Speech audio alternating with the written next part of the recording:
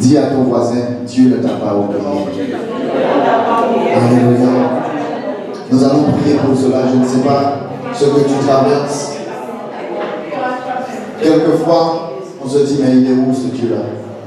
Il est où ce Dieu? Est-ce qu'il est encore dans ma vie? Est-ce qu'il ne m'aurait pas peut-être oublié? Je veux te dire ce matin, non. Dieu ne t'a pas oublié. Quelquefois, Dieu peut te dire non.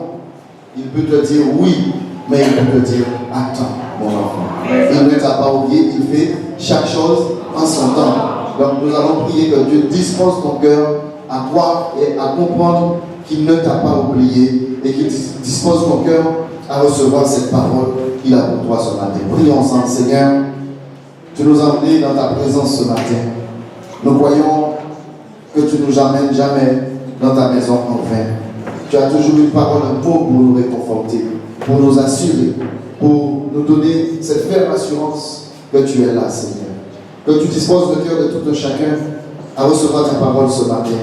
Nous voulons refuser l'incrédulité, le doute, la peur. Nous voulons refuser tout préjugé.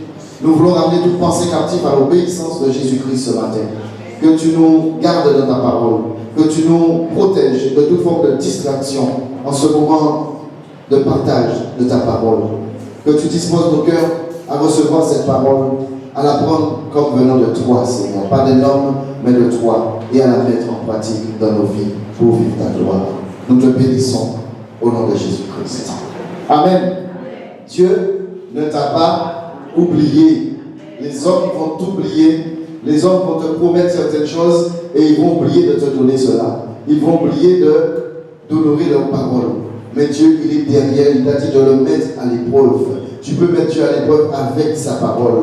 Tu te dis aujourd'hui dans ce temps de solitude, peut-être que tu te sens seul, tu te sens abandonné. Vous savez même, quelquefois accompagné, on se sent seul. Alléluia. Même en présence de quelqu'un dans la maison, on peut se sentir seul. Et tu dis, mais il est où Dieu? Pourquoi il permet ce vide dans ma vie? Tu peux dire, mais qu'est-ce que j'ai fait? Peut-être que ma vie n'est pas en règle, ou je ne mérite pas la gloire de Dieu, je ne mérite pas la présence de Dieu. Mais je te dis que tu te trompes. Dieu, il est là. Il est là où tu l'as laissé, en tout cas. Si tu l'as laissé, s'il est dans ta vie, il va rester dans ta vie tant que tu voudras de lui. Ce n'est pas Dieu qui se déplace. Il est toujours assis sur le même trône. La terre est toujours son même marchepied. Ce n'est pas lui qui change de position, c'est nous qui changeons de position quelquefois. Nous devons voir que même quand les amis vont nous oublier, même quand papa va nous oublier, maman va nous oublier, le pasteur, les frères et sœurs vont nous oublier, mais Dieu ne t'oubliera jamais. Amen. Il y a c'est Marie Blanchard qui a fait Dieu ne t'a pas oublié, il t'aime encore. Dès que Dieu t'aime, mon frère, ma soeur, entre parenthèses, tant pis pour tous les autres. Quand Dieu t'aime, quand tu es sûr que tu as l'amour de Dieu dans ton cœur, que ce papa-là, il t'aime, il ne va jamais t'oublier. Les parents vont t'oublier. Nous allons prendre la parole dans 1 Samuel, voir comment un père a oublié son enfant. Si tu te sens rejeté, si tu te sens oublié, tu te sens abandonné, tu te sens mis à part, crois que Dieu, lui, il te voit là où tu es. Alléluia. Agar était dans le désert avec son fils. Dans ce désert, il n'y a personne, il n'y a rien. Mais Dieu a dit, j'ai entendu le cri d'Ismaël. J'ai entendu le cri de ton fils. Et maintenant, je vais ouvrir tes yeux et tu verras la source d'eau. Quelquefois, nous sommes mal placés. Nous ne pouvons pas voir. Nous avons dos au Seigneur. Et il suffit de se retourner, de regarder à Jésus. Et nous verrons la solution. La solution, il est déjà en toi si tu as accepté Jésus. Mais nous irons quelquefois ici et là. Nous cherchons la solution dans une église. Nous cherchons la solution dans une salle. La solution est en toi, mon ami. La solution est en toi, mon frère, ma soeur. Tu vas dans une église, tu vas dans une salle pour la communion fraternelle, pour recevoir l'instruction spirituelle, pour recevoir la parole de Dieu. Mais tout est en toi. Jésus, ton grand frère, t'a dit à la croix, tout est accompli. Il n'y a rien de nouveau sous le soleil. Tout a été créé, tout est déjà là. Depuis quand tu es né, le Seigneur savait tout ce qui allait se passer dans ta vie. Il ne t'abandonnera jamais. Alléluia. Donc 1 Samuel 16 au verset 10. Et ça nous arrive, ça peut t'arriver de dire Seigneur, tu m'as abandonné. Ça peut nous arriver à tous. Mais où es-tu? Regarde la situation de ma fille. Regarde dans quelle situation se trouve mon fils. Mais quand on va faire, mon Dieu, je te sers, je suis consacré dans la parole, je prêche peut-être, ou je suis dans un service, je suis assis tous les jours à l'église, je te prie, j'intercède. Pourquoi tu laisses mon fils dans cette situation?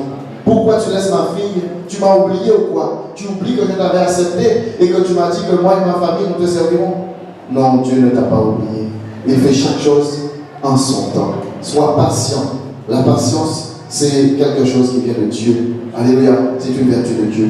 Isaïe, verset 10. Samuel. Oui, 1 Samuel. Vous n'avez pas encore trouvé avant. Verset 10. Isaïe. Nous sommes d'accord? Amen. Pas Isaïe. Le verset a commencé bien aimé. 1 Samuel. L'autre nom d'Isaïe, c'est quoi? Isaïe. Son autre nom. Le frère France. L'autre nom d'Isaïe, c'est quoi? Il y a un autre prénom qu'on appelle Isaïe. Qui connaît? J'avais fait cette recherche avec toi, mon frère France, c'est pour ça que je te demande. Alors, 1 Samuel 16, verset 10 à 13, Isaïe fit passer ses 7 fils devant Samuel. Vous allez comprendre l'histoire tout à l'heure. Et Samuel dit à Isaïe, l'Éternel n'a choisi aucun d'eux. Verset 11.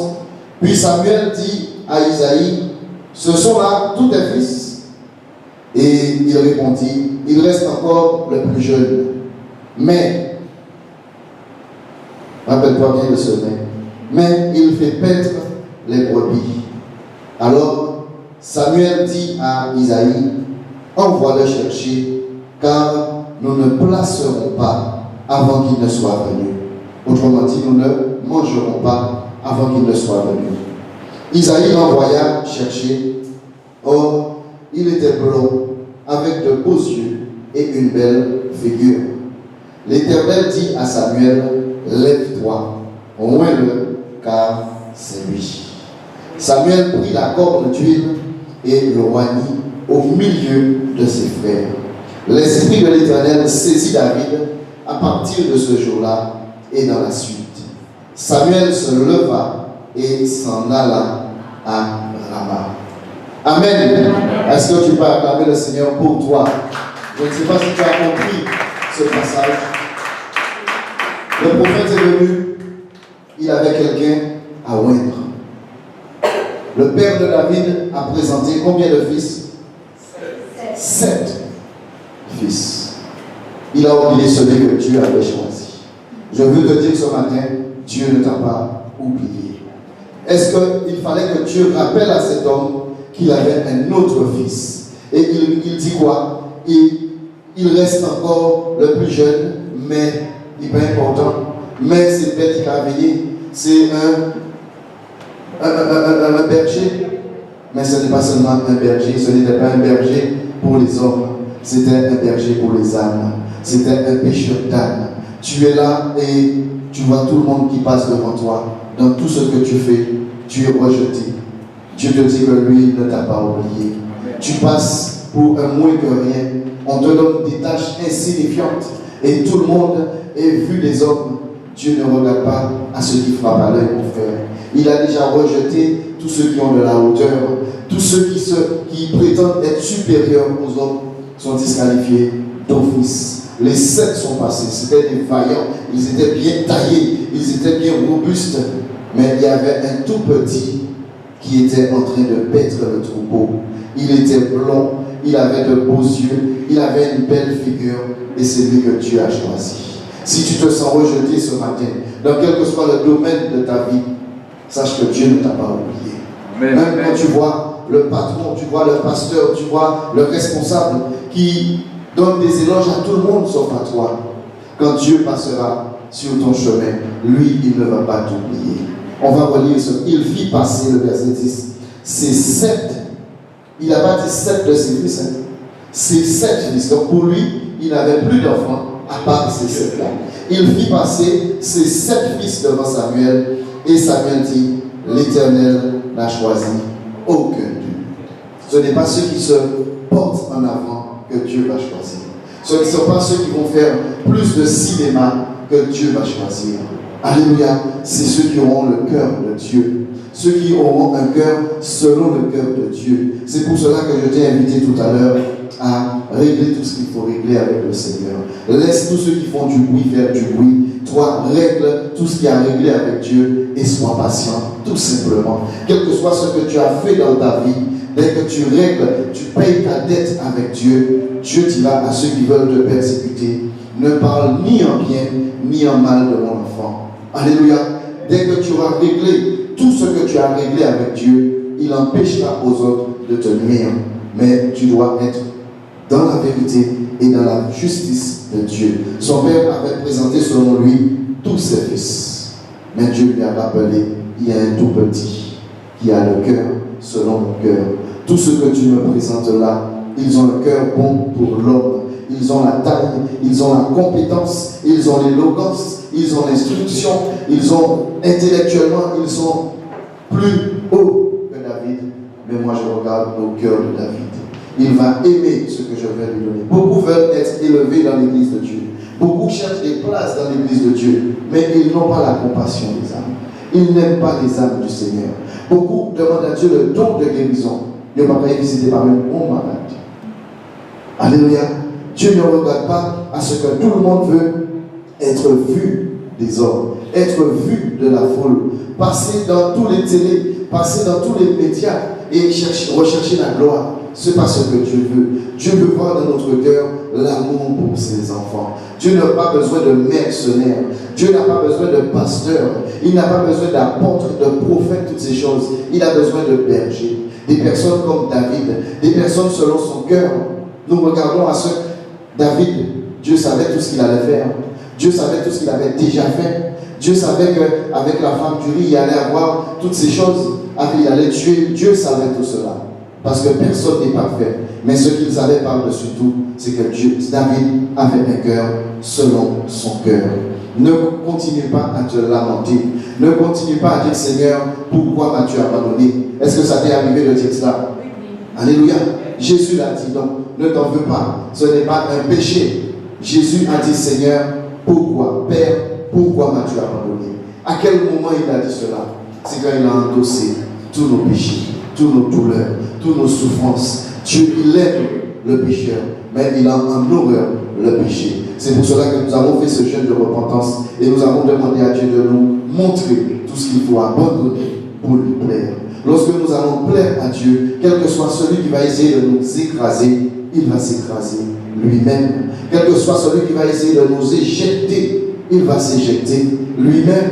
Alléluia. Parce que nous avons de ces choses dans l'église de Dieu. Nous avons ces choses dans les ministères où les uns veulent écraser les autres. Mais je veux te dire, toi qui es là, tu n'as besoin d'écraser personne pour être élevé. Tu n'as besoin d'écraser personne pour être glorifié. Dieu nous a dit à tous, sans exception, puisqu'il ne fait exception de personne, tu es la tête, tu ne seras jamais la queue. Tes enfants seront la tête et jamais la queue. Ne regarde pas ce que fait ton enfant en ce moment. Ne regarde pas à ce que vivent tes enfants en ce moment. Ne regarde pas à ce que fait ton conjoint, ton mari, ton épouse en ce moment. Regarde à la vérité.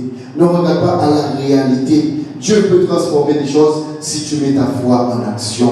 Dieu n'honore pas la prière, il n'honore pas la crainte et la peur, il honore ta foi. Si tu crois qu'il va agir dans ta vie, il agira. Si tu proclames qu'il agira, il va agir. Même quand la personne va te dire jamais je ne changerai, tu dois dire oui, tu changeras au nom de Jésus. Parce que le Dieu que je sers, il peut transformer ce cœur de pierre que tu as en cœur de chair. Alléluia. Même quand quelqu'un va te dire ah ben j'ai rentré en bidon à ce là, tu vas dire oui, tu vas rentrer. Pas habiter à nous là, mais rentrer à nos relations avec Jésus-Christ de Nazareth. C'est lui qui va changer ta vie. Parce qu'il a dit qu'il n'y a aucun intermédiaire entre Dieu et nous, à part Jésus-Christ de Nazareth. Donc c'est lui qui fera tout le travail. Laisse les gens t'oublier. Ne t'affole pas. Ça me fait penser à Marthe. Marthe, pourquoi tu t'agis comme ça? Pourquoi tu t'affoles? Choisis tout simplement la bonne part. Sois au pied du Seigneur. Ne va pas vagabonder ici et là pour chercher la gloire qui vient de l'homme, pour chercher l'élévation. Tu es déjà un homme et une femme distingués. Dis avec moi, je suis un homme distingué. Je suis une femme distinguée. Alléluia. Ne cherche pas à être vu des hommes. Vous savez, ceux qui cherchent à être vus, c'est parce qu'ils ont un complexe d'infériorité. Si tu sais qui tu es, c'est comme une femme qui fait tout pour séduire les hommes. Tu n'es pas sûr de toi si tu fais ça. Tu n'as pas besoin de, c'est pas interdit de se maquiller, tout cela, mais tu n'as pas besoin de te peindre pour être vu des hommes. Alléluia. Tu n'as pas besoin de mini-jupe, de talons hauts, de tout ça. Non. Tu sais qui tu es, tu connais ta valeur intérieure, ça doit être reflété à l'extérieur. Jésus en dit en moins qu'à travail en dire en moins. Tu n'as pas besoin d'être belle aux yeux des hommes. Celui que Dieu a prévu pour toi, il va t'aimer tel que tu es. Ça ne veut pas dire qu'il faut se laisser aller, mais nous n'avons pas besoin de chercher à être vus des hommes dans aucun domaine de notre vie. Alléluia. C'est Dieu qui doit nous présenter. Le jour où on m'a dit qu'on allait me nommer pasteur, j'ai dit non, je ne veux pas. Parce que moi je sais ce qu'il y a derrière, ce qu'il y a, la difficulté qu'il y a à paître le troupeau, à s'occuper des choses de Dieu. J'ai dit catégoriquement non. Et le serviteur m'a dit, ce n'est pas moi qui te nomme, ce n'est pas toi qui choisis, c'est Dieu qui t'a appelé. Et je vous invite tout ce que Dieu a mis dans ton cœur, Dieu a mis un appel dans ton cœur, laisse Dieu te présenter. Ne viens pas dire, Dieu m'a dit que je vais faire. Laisse Dieu te présenter. Le pasteur va t'appeler au temps convenable. Un visiteur va passer. Dieu va te parler en songe. Dieu va te faire travailler même sans les titres. Les titres ne font rien pour les hommes. Nous voyons beaucoup qui ont des titres. Ce sont plus des mercenaires que des bergers. Toi qui es là, cherche à plaire à Dieu et il t'élèvera au temps convenable. Alléluia. Il te présentera lui-même à son peuple. Mais nous voyons trop de personnes qui passent d'église en église pour chercher l'élévation. Si tu ne dis pas ce que je veux entendre, je change d'église. C'est juste une parenthèse, mais pour vous montrer comment nous cherchons à être mis en avant. Si tu dois rester assis, reste assis, intercède pendant tout le culte. Ça, c'est plus servir Dieu que la personne qui est là. Parce que moi, je peux faire des erreurs, dire des bêtises. Alléluia. C'est pour ça que je dis toujours, sondez les Écritures. Je peux dire quelque chose qui ne va pas dans le sens de la parole de Dieu. Je suis un humain. Mais si toi-même, tu as cette parole dans ton cœur, personne ne va te troubler. Tu es sûr que la parole de Dieu, elle est la vérité. Tu marches selon la parole de Dieu. Alléluia. Dieu ne m'a pas oublié. Dis cela. Dieu ne m'a pas oublié. Dieu ne m'a pas oublié. Parce que, quelquefois, je ne sais pas si ça t'est déjà arrivé, moi oui. On se dit, mais quand on va continuer ou bien on va arrêter. Alléluia. Parce qu'on se dit, mais si réellement Dieu existe, mais pourquoi ça dans ma vie? Alléluia. Ce sont des conséquences de nos choix du passé. Tout va revenir sur ce thème que nous avons vu, tout dans la parole de Dieu, et il s'agit de notre choix. Nous avons fait des mauvais choix, nous devons le payer cash. Maintenant, quand nous réglons cette histoire avec Dieu, nous ne pouvons plus dire que Dieu nous a oubliés. Nous allons voir le changement dans nos vies. Ça ne t'arrive pas de donner, et tu ne reçois rien. Alléluia. C'est parce qu'il y a quelque chose qui ne va pas. Ce n'est jamais du côté de Dieu, c'est toujours de notre côté. Alléluia. Tu vas passer toute ta vie à donner à quelqu'un que Dieu a maudit. Ça ne va pas marcher. Tu ne peux pas entrer en conflit avec Dieu. Dieu a dit qu'il maudira ceux qui vont te maudire. Et ceux qui t'ont maudit, maintenant tu veux les bénir. Je ne te dis pas qu'il ne faut pas les bénir. Il faut bénir ceux qui te maudissent. Mais quand Dieu a maudit quelqu'un, qui pourra le bénir? Si tu as un problème avec moi, tu peux courir auprès de Dieu. Mais si tu as un problème avec Dieu, oh là, alléluia, il n'y a nulle part encore où aller. C'est pour cela que nous devons tout simplement régler notre vie avec la parole de Dieu et marcher en nouveauté de vie. Ne cherchons pas là où il y a beaucoup de bruit. Cherchons là où Dieu nous a placés. Cherchons là où nous devons servir Dieu. Alléluia. Amen. Amen. Nous allons regarde le verset 7 avec moi, toujours au même chapitre. Nous cherchons trop souvent l'élévation et cela nous cause des problèmes terribles dans la maison de Dieu. David, il ne s'est pas occupé de la maison. David s'est occupé d'autre chose. Alléluia. Et il louait Dieu. Et c'est comme cela que nous avons tous les psaumes. Il écrivait, il chantait, et tout ce qu'il a écrit, c'est des choses qu'il a vécues. Alléluia. Il n'a pas répété ceux des autres, mais il a répété son vécu à lui. L'Éternel dit à Samuel, ne prends point garde à son apparence et à la hauteur de sa taille, car je l'ai rejeté. L'Éternel ne considère pas ce que l'homme considère. L'homme regarde à ceux qui frappent les yeux, mais l'Éternel regarde à quoi? Au cœur. Alléluia. Ne regarde pas à son apparence. N'écoute pas la manière qu'il va t'expliquer les choses, mais regarde à ses fruits. Regarde son comportement. Regarde à sa réaction. Regarde à son attitude. Alléluia. Ce n'est pas parce que j'ai prié pour toi et que tu as vu la main de Dieu pour dire que je suis de Dieu. Alléluia. Ce n'est pas parce que j'ai prié pour toi et que tu as vu les choses de Dieu se passer pour dire que je suis de Dieu. Ne regarde pas à ma hauteur. Je parle de moi pour ne pas parler des autres. Alléluia. Que celui qui a des oreilles entende. Ne regarde pas à ce qui se passe. Ne regarde pas à la foule. Alléluia. Il peut y avoir 10 000 personnes dans une salle et avoir un David. Alléluia. Ne regarde pas à ce qui frappe à l'œil. L'Éternel dit à Samuel, ne prends pas garde à son apparence et à la hauteur de sa taille, car je l'ai rejeté. L'Éternel ne considère pas ce que l'homme considère. Alléluia. Ne nous laissons pas embobiner par de beaux discours. Nous voulons voir le fruit que toi tu portes. Nous voulons voir ce que toi tu fais avec cette grâce que Dieu a mis en toi. Alléluia. Pas détruire, mais construire. C'est ce que nous voulons voir dans les enfants de Dieu. Et je veux repasser à ce passage, je veux revenir à ce passage avec toi où le père, le propre père de Samuel dit, il reste encore le plus jeune, mais il fait perdre les brebis. Alléluia.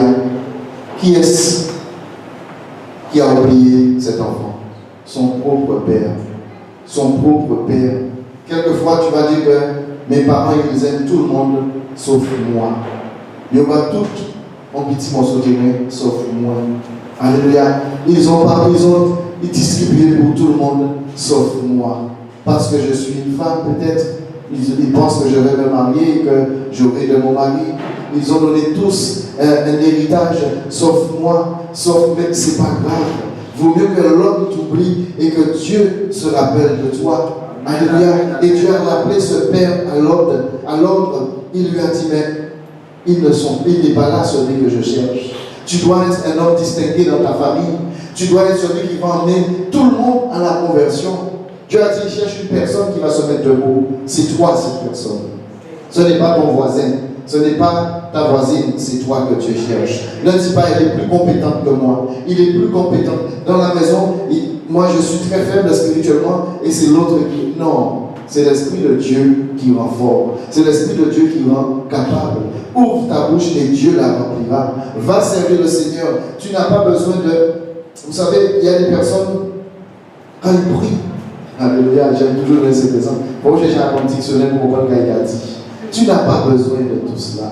Tu peux prier en créole, tu peux prier dans toutes les langues, tu n'as pas besoin de formules anticonstitutionnelles, tu n'as pas besoin de tout cela. Avec des mots tout simples, Dieu comprend parce qu'ils sont de ton cœur. Tu veux que la prière, je prie pour toi, Seigneur, bénis ton enfant. Tu connais, je n'ai pas besoin de trembler, je n'ai pas besoin de crier. Dieu, il est derrière sa parole. Si je clôture la prière en disant tout simplement au nom de Jésus-Christ, il est derrière sa parole. Il a dit tout ce que vous demanderez au Père en mon nom, je le ferai. Donc, ne cherchons pas spécialement du bruit. Ne cherchons pas spécialement à... Tu n'as pas besoin, mon frère, ma soeur, toi qui es là, de faire des choses pour être accepté.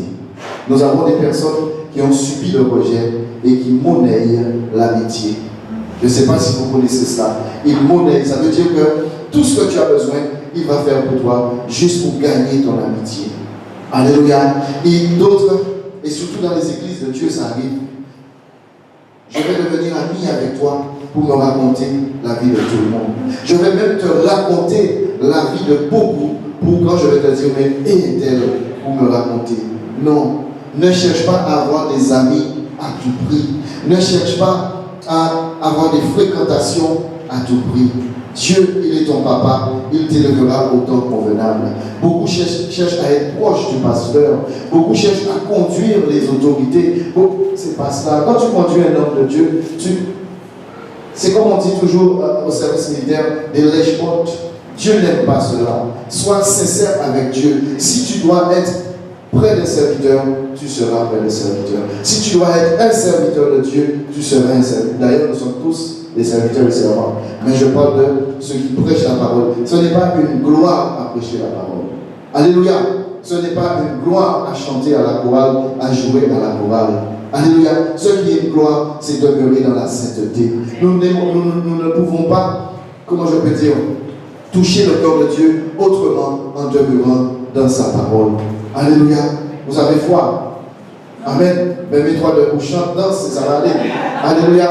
Baissez un petit peu, c'est trop, il fait trop froid. Mais ce que je veux nous dire ce matin, c'est que nous n'avons pas besoin de faire des choses bien aimées. David, il était tout simplement avec les brebis et Dieu l'a appelé. Et je veux faire une parenthèse avec toi qui est là. Il y a certaines personnes qui disent que ce n'est qu'un apôtre qui peut ordonner. Alléluia. Un prophète, un autre ne peut pas ordonner. Je fais cette parenthèse avec toi pour ne pas laisser n'importe qui te persuader de n'importe quoi. L'esprit de l'Éternel, on va remonter plus haut. Isaïe fit passer ses 7 fils devant qui? Samuel, c'est qui? C'est un prophète. Le prophète Samuel, il a oint David. Et la Bible dit, Isaïe, on va y aller chercher, voilà, on continue, on descend. Samuel prit la corne d'huile et l'oignit au milieu de ses frères. L'Esprit de l'Éternel saisit David à partir de ce jour et dans la suite. Amen. Donc ça doit être clair pour toi. Amen. L'Esprit de l'Éternel l'a saisi. Il a été loin devant ses frères. Il était absent. Peut-être qu'il y a des personnes qui ne sont pas encore dans cette église et que Dieu a déjà choisi pour être des dirigeants dans cette église. Parce qu'il faut savoir que ce n'est pas l'église du pasteur Jean. Alléluia. Si tu es là et Dieu t'a dit que tu seras à tel endroit, tu seras à tel endroit.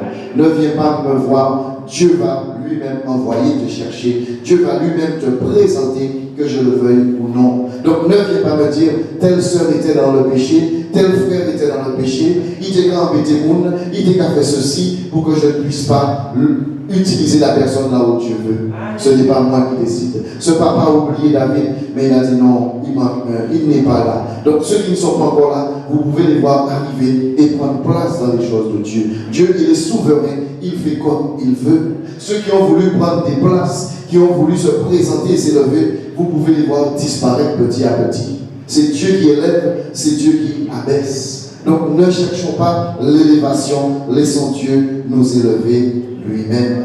Alléluia. Je veux te dire ce matin, si tes enfants t'ont oublié, tu as fait tant de sacrifices pour eux. Tu as fait tant de choses pendant ta jeunesse, toi qui étais maman, toi qui es maman, qui t'es sacrifié pour tes enfants. Et je là, il m'a même occupé d'eux. Tu les appelles ingrats. T'inquiète pas. Dieu, il voit ton cœur. Ne laisse pas la maladie entrer par rapport à la solitude. Ne laisse pas le stress, l'angoisse entrer, puisque nous avons des mamans qui ont sacrifié toute leur jeunesse pour les enfants. Ils ont, je dirais, sacrifié. Sans être à Christ, ils ont fait des sacrifices. Ils sont restés avec les papas parce qu'ils disent, mais on ne peut pas laisser ce petit monde-là. Ils restent, et aujourd'hui, nous voyons des enfants qui mettent leurs parents dans des centres. C'est bien, hein, maintenant c'est bien organisé. On n'appelle plus asile, on appelle comment EHPAD.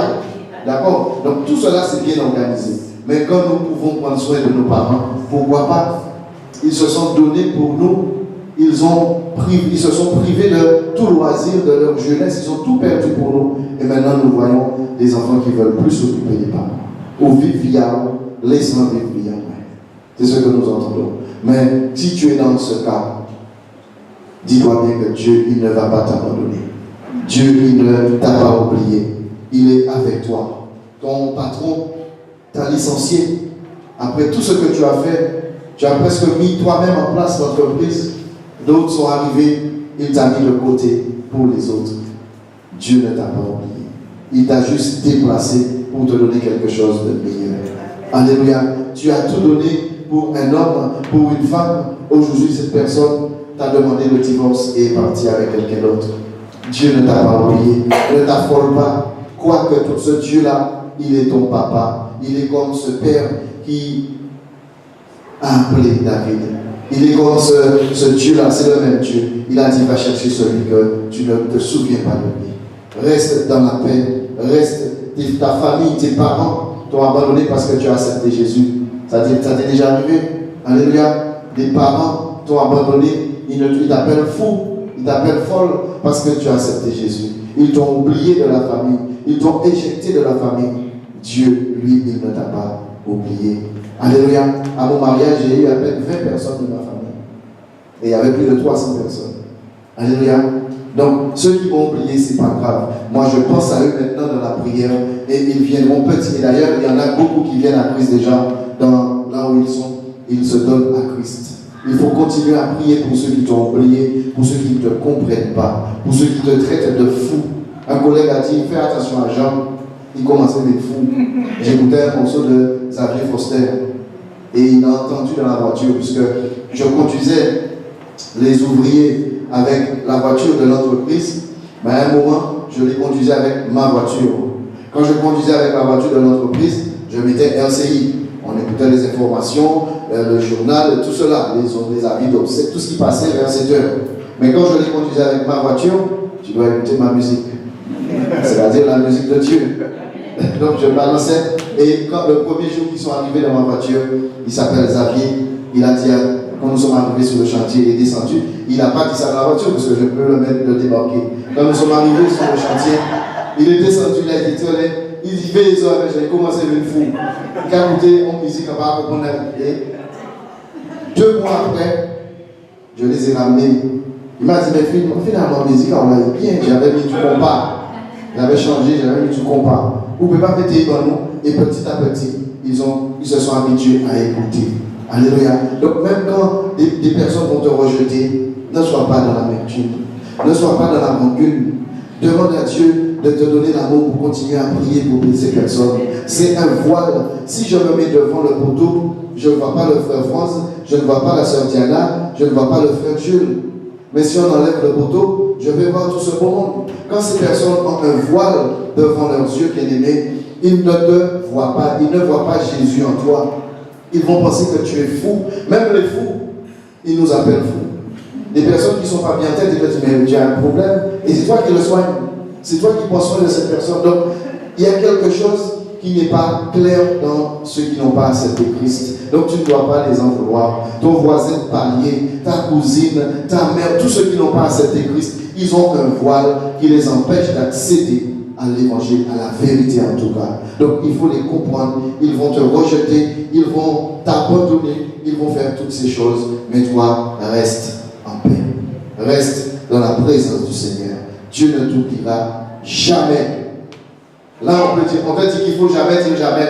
Mais là, tu peux dire, Dieu ne m'oubliera jamais. Même quand toi, tu vas dévier, lui, il va rester derrière sa parole. Quand il va perdre un seul sur 100, il va laisser les 99 et il va partir chercher celui qui est égaré. Donc, ne laisse pas les hommes te mentir. Ne laisse pas le diable te tromper. Dieu, il est ton papa et il ne t'abandonnera jamais. J'insiste sur ceux qui ont des enfants, sur ceux qui ont des conjoints, sur ceux qui ont des personnes qui sont dans des situations. Parce que on nous fait toujours croire que lorsque nous avons des problèmes, certaines personnes nous font croire que lorsque nous avons des problèmes dans nos vies, c'est parce que nos vies ne sont pas en règle. Connais-tu ta vie? Chacun connaît sa vie, n'est-ce pas? Ce n'est pas parce que tu es malade que ta vie n'est pas en règle. Ce n'est pas parce que tes enfants sont dans la rue que ta vie n'est pas en règle. Bien au contraire. Ceux qui appartiennent déjà à l'ennemi, l'ennemi ne les persécute pas. Mais quand toi tu veux rester dans la paix et dans la présence du Seigneur, le diable n'arrive pas à te secouer, il te secoue avec tes propres enfants. Alléluia. Il te déstabilise avec ton propre mari, ta propre femme. Parce que toi tu veux toujours aller en prière, en louer. Donc il sait qu'il ne peut pas te toucher. Donc il essaie de toucher tes enfants et il sait que là, les entrailles, surtout pour les mamans, ça fait mal. Alléluia. Les papas aussi, mais surtout les mamans. Tu dis, mais regarde mon enfant. Je l'ai porté 6 mois. Je l'ai porté 9 mois. Je l'ai porté tant de mois. Et regardez ça, il a fait mal, il a fait honte, il a fait ceci. Je me suis marié avec cette personne. Je lui ai tout donné. J'ai fait des sacrifices. Regarde ce que c'était. Le diable cherche à te faire perdre ta paix. Il cherche à te faire passer à une étape où tu veux te venger, où tu veux tout abandonner et dire si Dieu existait, pourquoi cela arrive? Il faut qu'on revienne à Dieu. Ce n'est jamais de notre faute, ce n'est jamais de la faute de Dieu, mais c'est quelque part où nous avons mal fait quelque chose. Alléluia. Toute habitude, c'est vice. Dans tout. Ma soeur, tu es là, tu vas te marier ou tu t'es déjà marié, tu laisses ton époux te faire dans une plaisanterie. Ne fais pas ça. Et tu lui dis rien, aïe aïe aïe, toute habitude, la prochaine fois, il va te donner un petit appel un petit peu plus fort. La prochaine fois, il va en coup moins. La prochaine fois, c'est gauchette. C'est pareil les enfants. Les enfants font quelque chose, tu leur laisses la main, ils prennent tout le bras. Alléluia. Tu tapes l'enfant, il te remet, tu fais rien, tu ne réagis pas. L'enfant va prendre un pied sur toi. L'enfant t'a tapé, il faut taper l'enfant aussi. Mon fils, il a le tout petit. Il a mordu tout le monde à la maison sauf moi. Il était tout petit. Je n'ai pas eu, comment on dit, mal au cœur, non. Il m'a mordu en mordé aussi. Il ne m'a plus jamais mordu. Il a mordu sa soeur, sa maman et tout le monde. Je n'ai pas mordu le mal pour le mal. Mais il faut montrer aux enfants pourquoi tu n'acceptes pas quelque chose. Je te dis, ne touche pas au fer à repasser, on veut toucher. Tu ne vas plus jamais le toucher. Les mamans, ça fait mal au cœur, n'est-ce pas, d'entendre quelque chose comme ça. Je sais, ça fait mal au cœur, mais c'est pour le bien. Dieu dit dans sa parole, les personnes qui sont dans l'ivrognerie, qui sont dans l'adultère, qui sont dans la débauche, qu'est-ce qu'il faut faire? On va chercher ce verset. C'est 1 Corinthiens, où je n'ai pas tous les versets.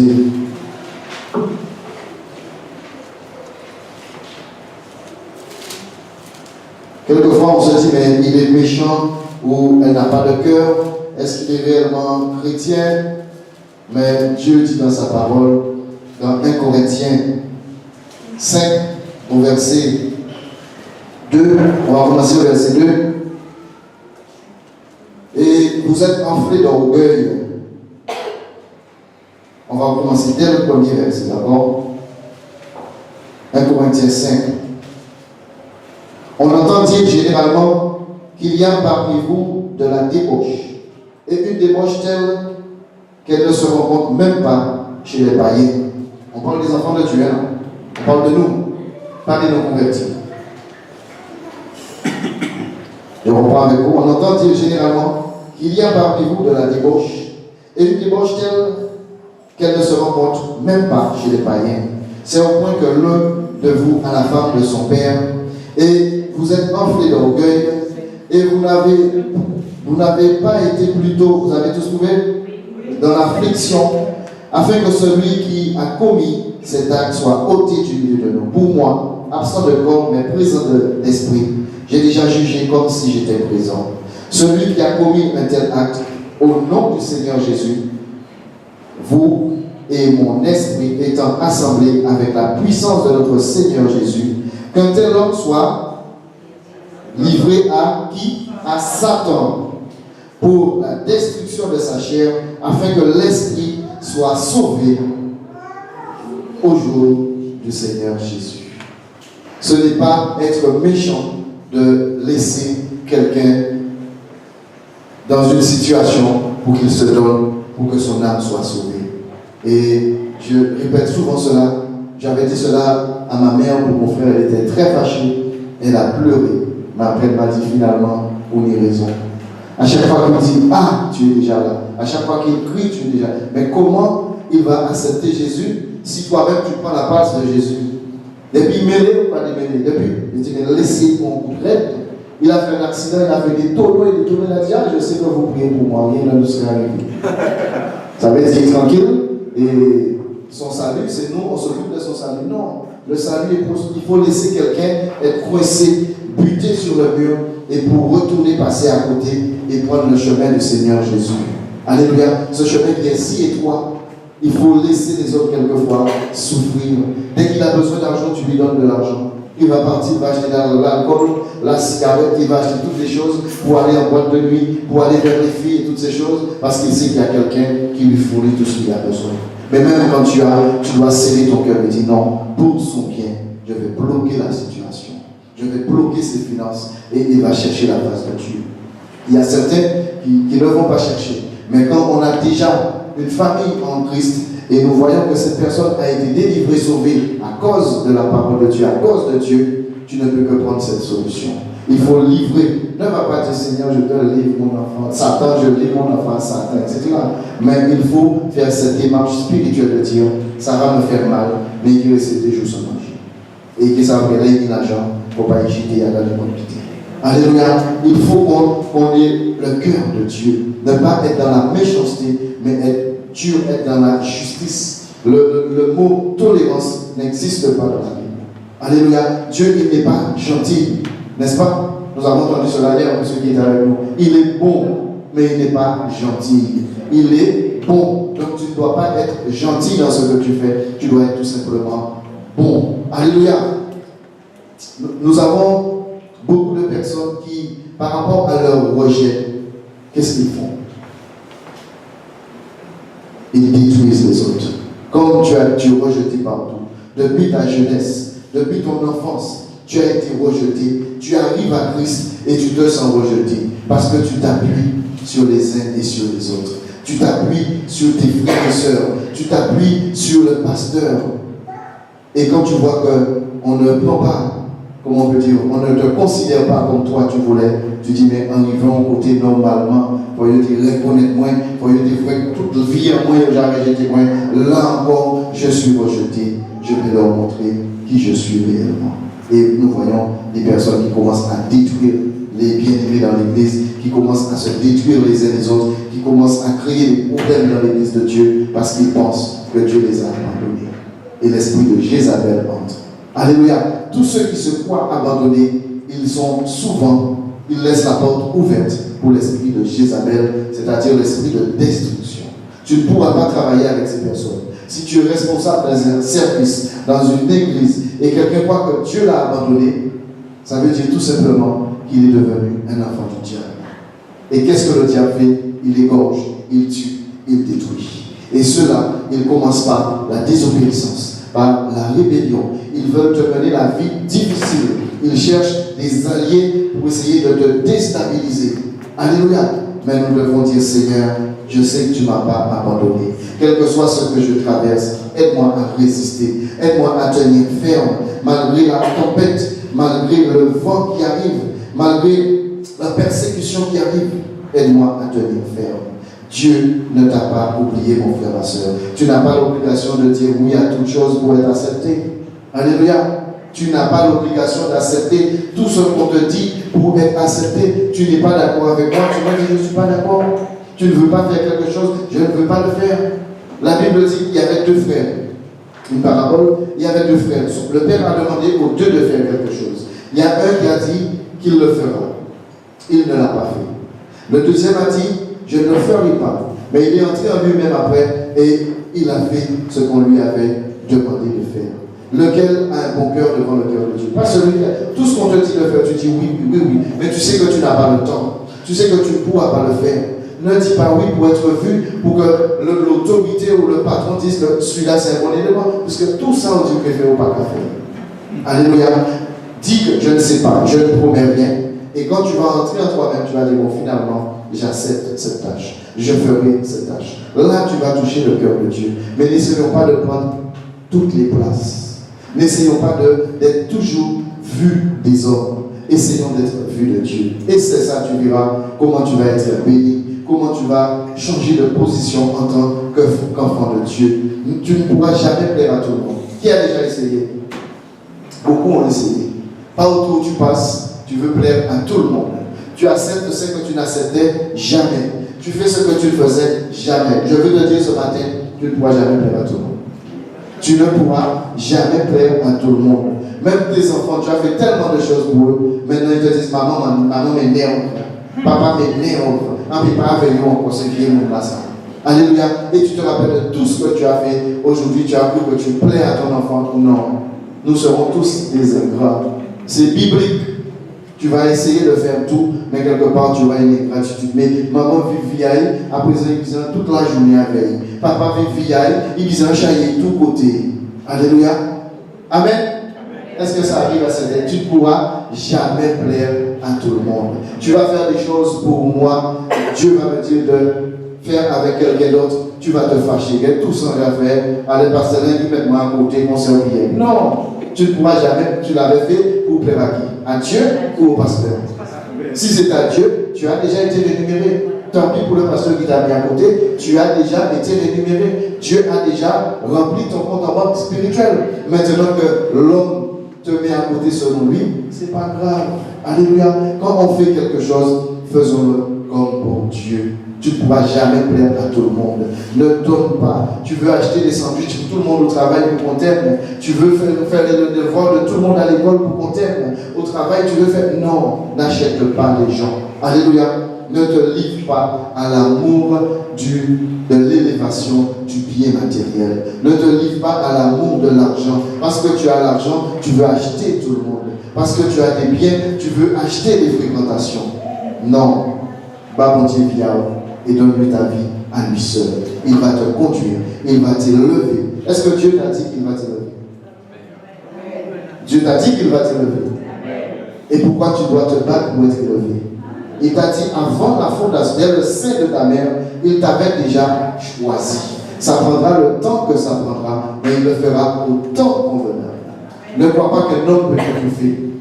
On entend beaucoup dire, il y aura tout fait moins l'église à ça, non, on ne t'étouffe jamais. Personne ne pourra empêcher à Dieu de t'élever au temps convenable. Tant que cela ne se fait pas, c'est parce que ce n'est pas encore le temps de Dieu. Mais s'il t'a dit, il est derrière sa parole pour l'accomplir dans ta vie. Nous allons prendre Ésaïe 41 au verset 10. Tu as déjà peut-être échoué beaucoup de fois dans plusieurs domaines de ta vie, mon frère, ma soeur, mais essaie encore là où tu as échoué avec Jésus. Tu as déjà eu plusieurs ménages, peut-être, ça n'a pas marché, tu tiens, on ne veut pas répondre encore. On ne veut pas répondre, madame, encore. Non. Maintenant, avec Jésus, essaie encore. Ça a été pénible, peut-être, mais la grâce est disponible. Engage-toi par la foi. Engage-toi même avec Jésus-Christ de Nazareth. Il y a certaines personnes qui sont là et qui ont un pincement du cœur. Tu ne peux pas t'imiter à mais moi, je ne vais pas encore. Alléluia. Je te comprends. Alléluia. Mais ce n'est pas moi qui le dis. Pour le comprendre, ce serait Dieu qui te le dit. Alléluia. Tu as vécu les conséquences de ton mauvais choix. Maintenant, choisis avec Jésus-Christ de Nazareth et tu verras sa gloire dans ta vie. Alléluia. Il te dit ce matin, ne crains rien, ma fille. Ne crains rien, mon fils. Car je suis avec toi. Ne promène pas de regard inquiet. Car je suis ton Dieu. Je te fortifie. Je viens à ton secours. Je te soutiens de ma droite triomphante. Souligne ce verset, surligne-le. Comment on appelle les voilà. Et souligne-le. Tu auras toujours besoin de ce verset. Comme cela, regarde. Habitue-toi à cela. Quand il y a un verset que tu fais comme cela, toi qui n'as pas l'habitude de faire, tu passes comme cela en jaune. Voilà, la sœur Evelyne, pas Evelyne.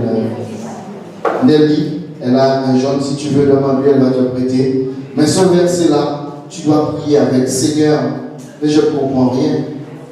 Tu m'as dit ne crains rien, car tu es avec moi. Tu m'as demandé de ne pas m'angoisser. Il y a des versions qui ne t'angoissent pas. Tu m'as demandé de ne pas promener de regard inquiet. C'est ta parole, n'est-ce pas, oh Dieu? Car tu m'as dit que tu es mon Dieu. Tu me fortifies.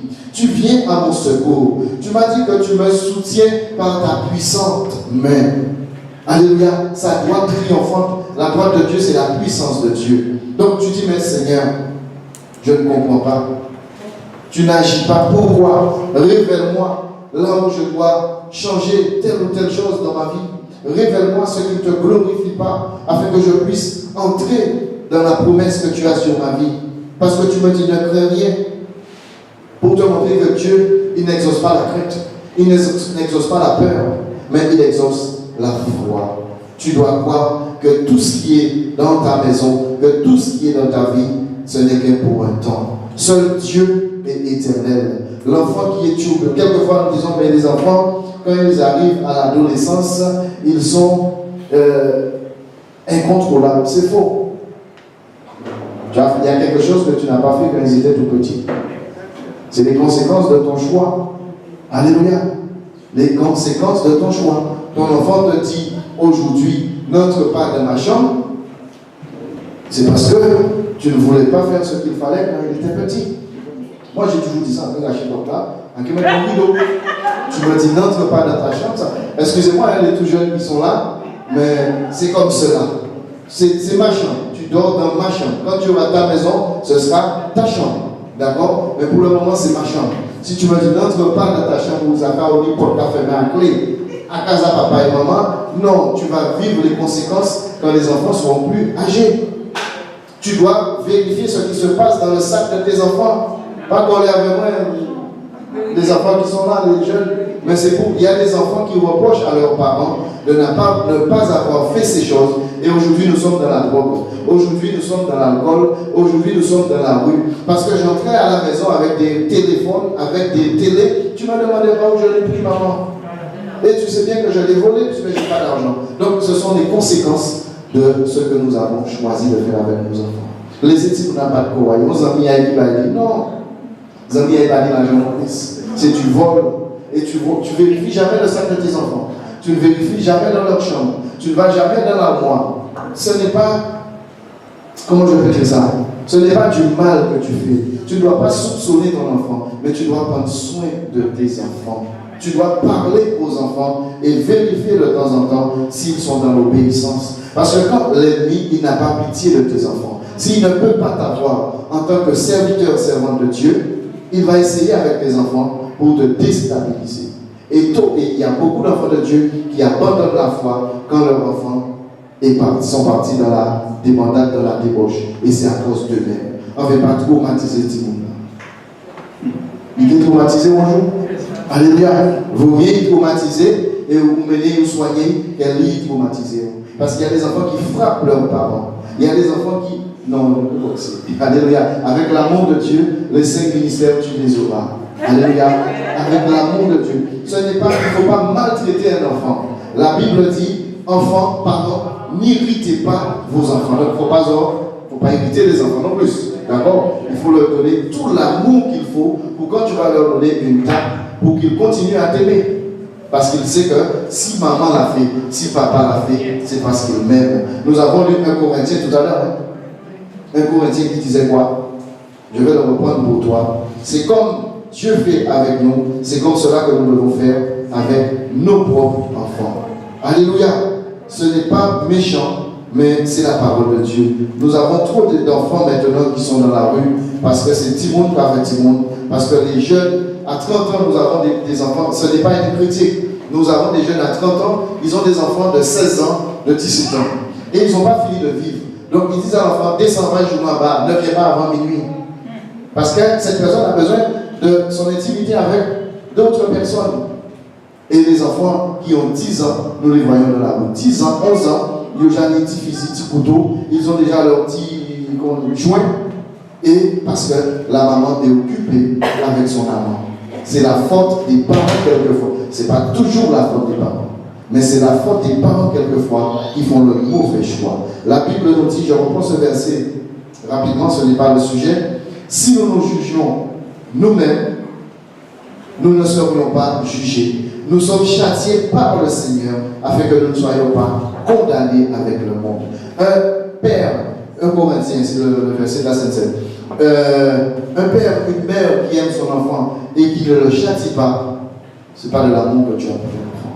Il faut châtier ton enfant, il faut corriger ton enfant. Enfants, soyez obéissants aux parents. Parents, n'irritez pas vos enfants. Mais la Bible ne dit pas qu'il ne faut pas corriger l'enfant. Il ne faut pas. Il y a des parents qui tapent, des enfants qui tapent leurs parents. Tu parles pour l'enfant, tu arrives à la caisse dans un magasin, Timouna va faire honte. Ah, mon Dieu. Seigneur. Ça, on voit ça dans les.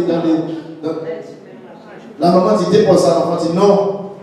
Va déposer ça, je te dis non, il faut payer. Et la maman paye. Seigneur, éduque tes enfants dès à la maison. Et c'est même pas la peine de taper l'enfant à la caisse, parce que si l'enfant a fait ça, c'est qu'il sait qu'il a le droit de le faire. Alléluia. Donc, éduquons nos enfants à la maison pour ne pas dire Seigneur, pourquoi tu me fais ça? Je te sers. C'est comme tu vas prier, tu m'as dit prie pour ton enfant. Toute l'année, Timona a un Game Boy, tablette, Internet, et quand l'examen arrive, tu veux qu'on demande la réussite pour l'enfant et l'enfant n'a pas travaillé. Non. Dieu ne fait pas la magie. Dieu fait des miracles. Si l'enfant a oublié tout ce qu'il a appris, Dieu va renouveler sa mémoire. Mais Dieu ne va pas mettre ce qu'il n'a pas appris. Il faut que ton enfant travaille à la maison pour ne pas dire Seigneur, tu m'as dit que mes enfants seront la tête. Et pourquoi il a échoué? Pourquoi il a échoué? Mais est-ce que toi, parent, tu as aidé ton enfant dans ses devoirs? Est-ce que tu lui as demandé est-ce que tu as des devoirs aujourd'hui, etc., etc. Nous accusons trop souvent Dieu et ce n'est pas lui. Nous accusons trop souvent nos bien-aimés alors que c'est nous-mêmes. Comment tu as abordé ton frère et ta soeur en Christ pour aujourd'hui dire on va comprendre il a mal agi avec moi. Mais comment toi tu l'as abordé? Alléluia. Nous devons faire attention à tout cela. Nous allons revenir dans notre passage et te dire encore ce matin, bon Dieu va oublier. Dieu ne t'a pas oublié. Dieu t'a dit que tu vas te marier. Mon frère, ma soeur, le mariage arrive. Alléluia. Nous étions dans un mariage hier. La soeur Yolande, elle sourit déjà. Il y a un frère qui a béni une soeur qui lui a dit que ce que Dieu a mis sur mon épaule descende sur ton épaule. Alléluia. Si Dieu t'a dit que tu vas te marier, tu vas te marier. Dieu ne t'a pas oublié. Il fait les choses en son temps. Dieu t'a dit que tu vas enfanter. Tu vas enfanter. Alléluia. Dieu t'a dit que tu auras un travail, un CDI. Tu auras un CDI. Dis Amen à cela. Amen. Dieu t'a dit que tu seras propriétaire. Tu ne vas pas louer tout. Dieu ne t'a pas oublié. Si c'est lui qui t'a dit, accroche-toi à cette parole. C'est une prophétie qui marche vers son terme. Elle s'accomplira certainement. Pas seulement elle va s'accomplir certainement. Mais réglons. Tout est basé sur cela. Réglons notre vie avec Dieu. Vous ne voyez pas des personnes qui vont de séminaire en séminaire, leur vie ne change pas. Parce qu'ils ne règlent pas l'essentiel. Ils ne règlent pas leur vie. Tu vas sauter, tu vas tomber, tu vas rouler, tu vas danser, mais tant que tu ne vas pas régler ta vie, tu vas croire que Dieu t'a oublié. Il ne t'a pas oublié. Comment il pense à tout le monde sauf à moi? C'est parce que tous les autres règlent leur vie avec Dieu. Quel que soit ton passé, si tu règles aujourd'hui ta vie avec Dieu, tout doit changer. Si tu avoues tes transgressions, si tu les délaisses, tout doit changer dans ta vie. C'est valable pour chacun de nous. Dieu ne fait exception de personne. Il t'a dit de ne pas craindre. Je suis avec toi, mon enfant. Il t'a dit qu'il est avec toi. Quand Dieu te dit qu'il est avec toi, c'est qu'il est en permanence avec toi. Mais qu'est-ce que nous faisons souvent? Seigneur, reste là. Je vais t'appeler quand j'aurai besoin de toi. Aille-nous-en. Et nous partons. Nous allons commettre des péchés. Nous allons commettre des bêtises. Et après on dit, mais Seigneur, où es-tu? Et c'est là où il nous répond, je suis là où tu m'avais laissé. Reviens à moi. Reviens à moi ce matin. Cherche ma présence. Cherche mon avis. Ne décide pas tout seul. Ne prends pas des décisions et après me dire, Seigneur, pourquoi m'as-tu abandonné? Mais au paquet, priez-moi à l'unité. Donc je n'étais pas là, c'est pas que je t'ai abandonné, mais c'est que je ne suis pas parti avec toi. Parce que tu m'as laissé sur le trône, tu n'es pas entré dans ma présence pour me demander mon avis. Maintenant, il faut assumer.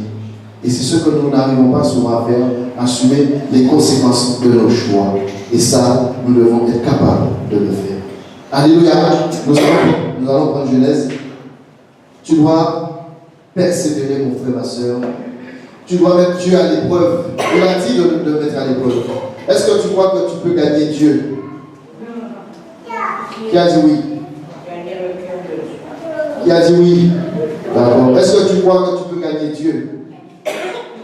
Il y a des noms. Qui est-ce qui croit? On ne sait pas. Nous allons prendre la parole. Oui, tu peux gagner Dieu. Et il faut que je te le montre dans les Écritures parce que n'accepte pas des choses si tu ne le vois pas dans la parole de Dieu. Tu peux gagner Dieu. Comme la sœur a dit, tu peux gagner le cœur de Dieu. Tu peux gagner la faveur de Dieu. Mais la Bible dit que tu peux gagner Dieu. Nous allons le lire dans Genèse. Si tu persévères, si tu mets ta vie en règle, tu avoues tes transgressions, tu les délaisses, tu peux lutter avec Dieu et gagner Dieu. Alléluia.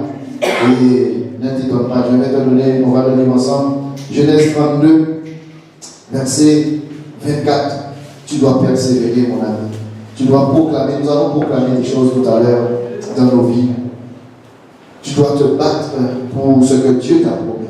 Débrouillez-vous, je ne veux rien savoir, mon Dieu. Je ne sais pas comment tu vas faire. Je ne sais pas avec qui tu vas faire. Je ne sais pas quand tu vas faire. Mais tu m'as dit que tu feras. Tu es capable de faire, donc fais dans ma vie. Jacob demeura seul. Nous y sommes? Genèse 32, 24. Jacob demeura seul. Alors un homme lutta avec lui jusqu'au lever de l'aurore. Voyant qu'il ne pouvait le vaincre, cet homme le frappa à l'emboîture de la hanche. Et l'emboîture de la hanche de Jacob se démit pendant qu'il luttait avec lui. Il dit, laisse-moi aller, car l'aurore se lève. Et Jacob répondit, je ne te laisserai point aller, que tu ne m'aies béni. Il lui dit, quel est ton nom? Et il répondit, Jacob. Il dit encore, ton nom ne sera plus Jacob. Qui peut transformer un nom? Ton nom ne sera plus Jacob, mais tu seras appelé Israël, car tu as lutté avec Dieu, avec des hommes, et tu as été vainqueur. Nous sommes d'accord. C'est la parole de Dieu. Tu as lutté avec Dieu et avec des hommes, et tu as été vainqueur. Jacob l'interrogea en disant, fais-moi, je te prie, connaître ton nom. Il répondit, pourquoi demandes-tu mon nom? Et il le bénira. Jacob appela ce lieu le nom de Péniel, car dit-il, j'ai vu Dieu face à face, et mon âme a été sauvée. Le soleil se leva lorsqu'il passa Péniel. Jacob boitait de la hanche, c'est pourquoi jusqu'à ce jour, les enfants d'Israël ne mangent point le tendon qui est à l'emboîture de la hanche, car Dieu frappa Jacob à l'emboîture de la hanche au tendon. Est-ce que tu peux dire Amen à la parole de Dieu? Je te le montre dans la parole de Dieu. Tu peux gagner Dieu. Pas dire qu'il faut qu'il montier, mais tu peux gagner le cœur de Dieu. Tu peux changer la décision. Tu peux même changer une prophétie que Dieu a donnée. C'est biblique également. On te dit que tu vas vivre 15 ans. Seigneur, souviens-toi de moi. Souviens-toi de tout ce que j'ai fait dans ta maison. Comment j'ai donné de tout mon cœur. Comment j'ai servi. Je refuse cette prophétie. Je ne veux pas vivre seulement ce temps. Je veux continuer à... Dieu change sa parole pour toi. Tu peux gagner le cœur de Dieu. Tu peux changer les décisions que Dieu a prises pour ta vie. Si tu persévères, si tu règles ta vie, n'abandonne pas la foi. Viens la foi là. Tu dois tenir. Tu dois voir que quel que soit ce qui va se passer, si tu cries à Dieu, tu peux changer ton existence. La mort et la vie sont au pouvoir de ta langue. La langue, mais c'est ta langue. Quand je vais proclamer que c'est fini, cet homme qui est dans l'alcool, il s'est fini. Le dégoût de l'alcool est arrivé en lui. Cet homme qui se drogue, mon enfant qui se drogue, c'est fini. La drogue, c'est fini dans sa vie. Cet homme qui part chez les femmes, c'est fini. Il va rentrer à la maison. Toutes ces personnes vont le renvoyer. Il va se convertir et il va servir Dieu à mes côtés. Alléluia. Tu dois croire que Dieu peut changer ton existence. Laisse-moi aller, car l'aurore se lève. Et Jacob répondit, je ne te laisserai point aller, que tu ne m'aies béni. Puis c'est comme ça qu'on nous parlait de mon Dieu. Il ne faut pas supplier. Dieu t'a dit d'ouvrir ta bouche, de lui demander, il va te donner. Je ne te laisse pas partir avant que tu me bénisses. Je ne sors pas dans ta présence sans que tu ne m'aies donné ce que tu m'as promis. Alléluia. C'est toi qui m'as dit que tu vas me donner un mari, ben moi. C'est toi qui m'as dit que j'aurai des enfants, ben moi. Je ne t'ai pas choisi, n'est-ce pas? C'est toi qui m'as choisi. C'est toi qui m'as établi. Tu m'appelles à porter du fruit. Maintenant que je porte du fruit, accomplis ta parole dans ma vie. Nous n'avons pas besoin de pleurer pour demander à Dieu. Nous devons demander à Dieu avec sa parole. Nous te mettons à l'épreuve. C'est ta parole. Moi, je ne te lâche pas tant que tu ne m'es pas béni. Et c'est là où Dieu lui demande quel est ton nom. Il répondit Jacob. Et Dieu a changé son nom. Dieu peut changer ton nom. ceux qui t'ont rejeté, ceux qui te prennent pour une folle, ceux qui te prennent pour un fou, Dieu peut changer ton nom. Ces mêmes personnes qui sont en train de t'écraser vont venir te demander conseil un jour. Ces mêmes personnes qui t'ont pris pour des moins que rien vont te dire même aide-moi dans telle ou telle chose. Que penses-tu de cela? Pas parce qu'ils pensent que tu as appris encore, tu vas retourner à l'école, mais parce qu'ils savent maintenant la faveur de Dieu est sur ta vie. Ils t'ont critiqué, ils t'ont rabaissé, ils t'ont étouffé. Alléluia. Et maintenant, Dieu leur dit, tu n'aurais jamais pu étouffer mon enfant. Tu as cru que tu l'écrasais, tu as cru que tu l'étouffais, mais il a lutté avec moi, elle a lutté avec moi et je l'ai béni. Quand Dieu veut te bénir, mon frère, ma soeur, personne ne peut te maudire. Quand Dieu t'a béni, personne ne peut te maudire. Et je sais de quoi je parle. Quel que soit ce que tu vas, les paroles de malédiction que tu vas recevoir venant des hommes, si Dieu t'a béni, c'est sans effet. La malédiction s'impose sans effet. Alléluia. Donc cherchons la faveur de Dieu. Luttons avec Dieu dans la prière. Luttons avec Dieu dans le jeûne. Luttons avec Dieu dans une vie de sainteté et de sanctification pour dire Seigneur, souviens-toi de moi. Tu ne peux pas m'abandonner. Je ne pense même pas à l'abandon. Je crois que j'ai quelque chose à revoir dans ma vie. C'est de mon côté que je dois changer cela. Donc je peux te dire ce matin, ne te laisse pas abattre, mon frère, ma soeur. Ne renonce pas à quelque chose que tu as demandé à Dieu dans la prière. Si c'est la volonté de Dieu, continue à prier et tu verras ces choses s'accomplir dans ta vie. Dieu ne t'a pas oublié. Dieu ne t'a pas oublié. Et l'ennemi veut nous faire croire quelquefois que Dieu nous a oubliés. Que Dieu nous a oubliés. Non, Dieu ne peut pas t'oublier. Et rappelle-toi de David. Tout le monde connaît David. Isaïe a présenté ses 7 enfants. David dit pas une autre. Toi, tu es là, tout le monde est mis en avant, sauf toi. Reste dans la présence de Dieu. Et la compassion des âmes. Et la compassion des âmes. Et Dieu va voir ton cœur. Tous ceux qui sont devant, Dieu l'a dit. Ça ne veut pas dire que si tu es devant, Dieu t'a rejeté.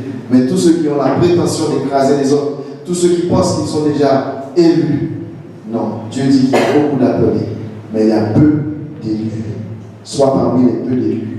Tu n'as pas besoin d'être parmi les beaucoup d'appelés. Les beaucoup d'appelés, ils défilent. Comment on appelle cela quand on va dans... C'est pas un entretien, audition, c'est ça? C'est ça, audition. Bon, il y a beaucoup de personnes qui défilent. On te dit qu'on va te rappeler. On te rappellera ultérieurement. On appelle que ceux qui sont élus. Les autres, ils partent. Ils viennent, mais ils vont partir. Ne t'affole pas, reste en place. C'est pour cela que moi j'aime beaucoup ce qu'on appelle la course d'endurance. Un bébé court vite. J'irai lentement, mais sûrement. Un 15 000 mètres, oui. Mais un 100 mètres, non. Je vais me fatiguer très vite. Laisse ceux qui veulent faire la vitesse aller très vite.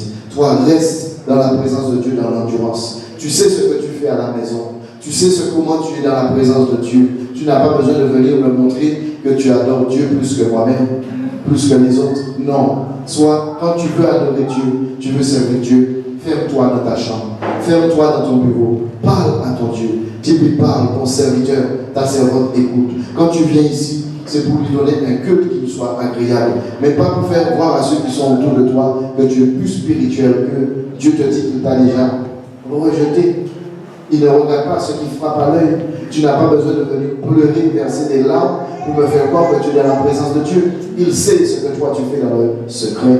Donc soyons vrais avec Dieu. Soyons repentants. Comment je peux dire? Rejetons tout ce qui est de l'ennemi. Avouons nos transgressions et nous allons vivre sa gloire. Dieu ne t'abandonnera jamais.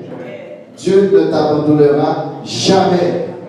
Et ne crois pas que tu aimes tes enfants plus que Dieu, mon frère et soeur. Non. Dieu aime tes enfants plus que toi, tu les aimes. Alléluia. Dieu aime tes enfants plus que toi, tu les aimes. Dieu aime ton frère, ta soeur dans la chair, plus parce qu'il y a des enfants de Dieu, nous sommes là. Mais je veux absolument que mon frère accepte le Seigneur. C'est mon cas.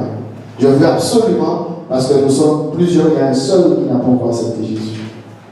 Et il est têtu. Il m'a dit un beau parler pour plus tard là. Alléluia. Mais je prie, et c'est Dieu qui touche le cœur.